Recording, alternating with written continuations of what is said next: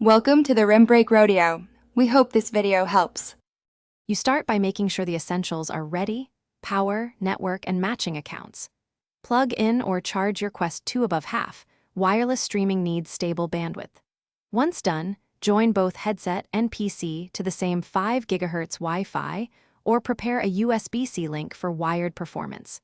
Make sure Virtual Desktop Streamer is installed and signed into the same Oculus account on your PC. This authenticates the connection and enables app discovery automatically.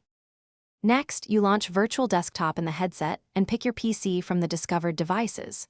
Once connected, optimize settings, raise bitrate for quality, choose GPU encoder for lower latency, and set refresh rate to match your app or game.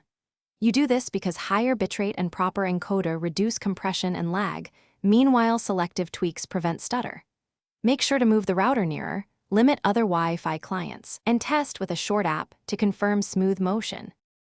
Finally, launch Steam VR or the VR app from Virtual Desktop, or open the desktop view to run non-VR programs. If you see persistent lag or visual tearing, switch to a wired link connection for stable throughput. This reduces packet loss immediately. If things still fail, restart Virtual Desktop Streamer on the PC, confirm your firewall allows the app, and verify both devices use the same Oculus account. That single restart usually resolves handshake errors and restores reliable streaming. Thanks for watching. Consider subscribing if we helped you.